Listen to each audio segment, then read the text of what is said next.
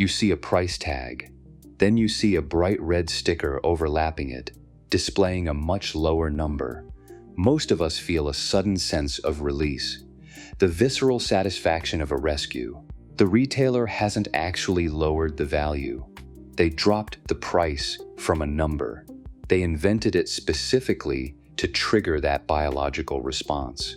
These crossed-out prices function as engineered neurological interventions designed to bypass the rational brain entirely.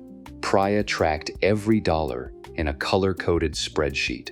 She followed a strict personal rule: never buy anything without sleeping on it, and always research the market first. After a month of planning for a new standing desk, she set a firm budget of $420 based on the average prices she found online. Then Black Friday arrived. An email appeared in her inbox showing a $640 price tag crossed out, marked down to $320. She bought it immediately. She told her flatmate she saved $320. In reality, she spent $100 more than the average on 3 sites. She stopped checking. Personal discipline offers little protection when the baseline numbers you use to measure value are artificially engineered by the seller.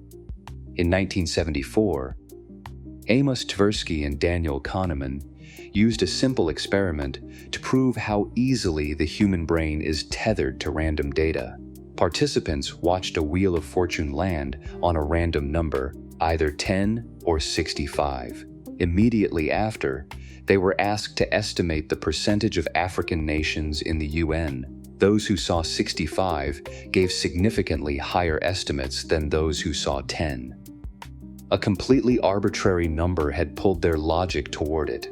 This happens because early human survival depended on reacting to the very first signals in the environment, without hesitation.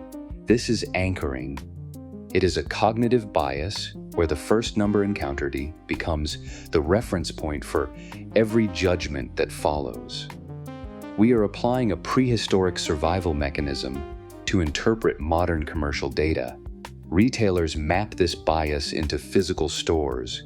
In a furniture showroom, the first item you see is often an extremely expensive sofa placed right at the entrance.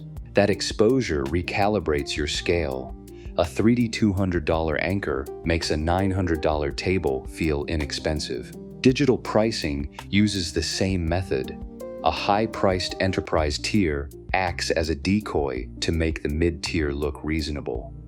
In these precisely engineered environments, the highest price tag serves as a psychological tool to sell every product beneath it.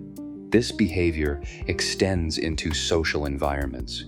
Placing a high-priced item at the top of a menu sets the perceived normalcy for the entire meal. In salary negotiations, the first number stated sets the tone. All subsequent discussion revolves around that initial figure.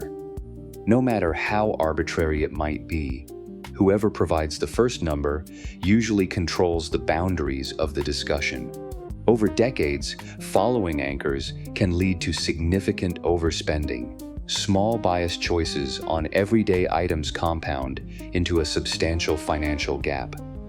This graph tracks 2 spending trajectories over 20 years.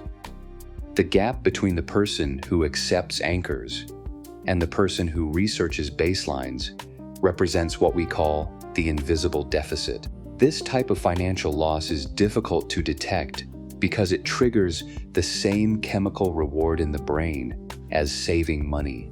We feel like we are winning at the very moment we are spending more than necessary.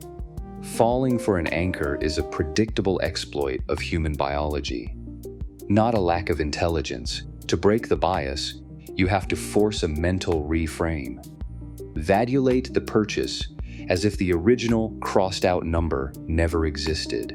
When you view the anchor as a tool rather than information, you stop reacting to the number and start observing the strategy behind it.